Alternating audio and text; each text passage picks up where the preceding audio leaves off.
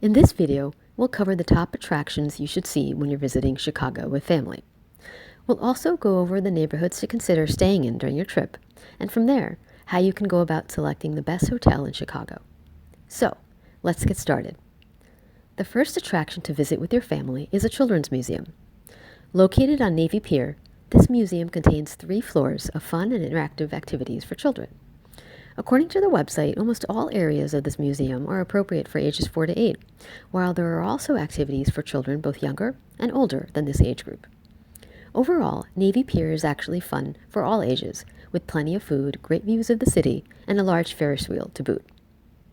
The next place to check out is Maggie Daley Park, which has multiple playgrounds for kids to enjoy. The park also has an outdoor ice skating ribbon and a climbing wall, both of which are seasonal. And as you can see here, these grounds are set against the backdrop of the city, making it the perfect photo op with the kiddos. This next attraction is the museum campus, which is actually home to 3 separate museums, 2 of which you should definitely check out.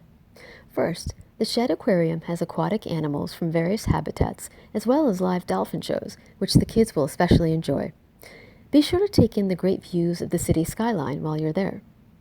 You'll also want to check out the Field Museum, which has some interesting exhibits such as the Egyptian tomb replica, as well as the dinosaur exhibit the kids will surely enjoy.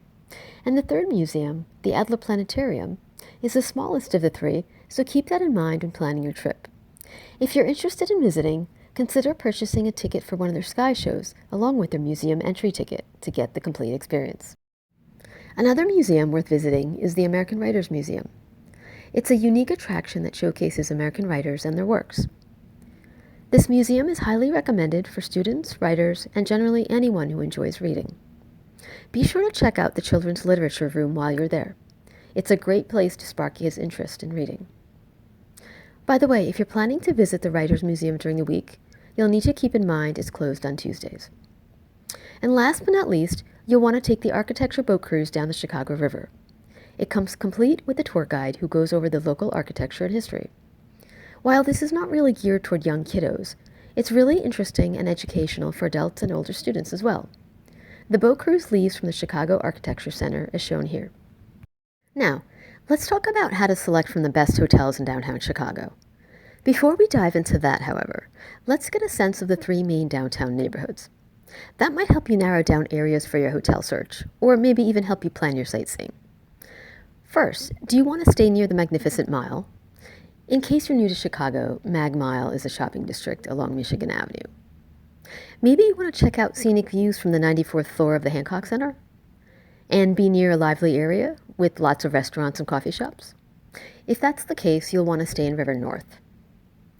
On the other hand, perhaps you want to stay in the Theater District and check out the Art Institute and Millennium Park while visiting. If so, you may want to stay in the Loop area.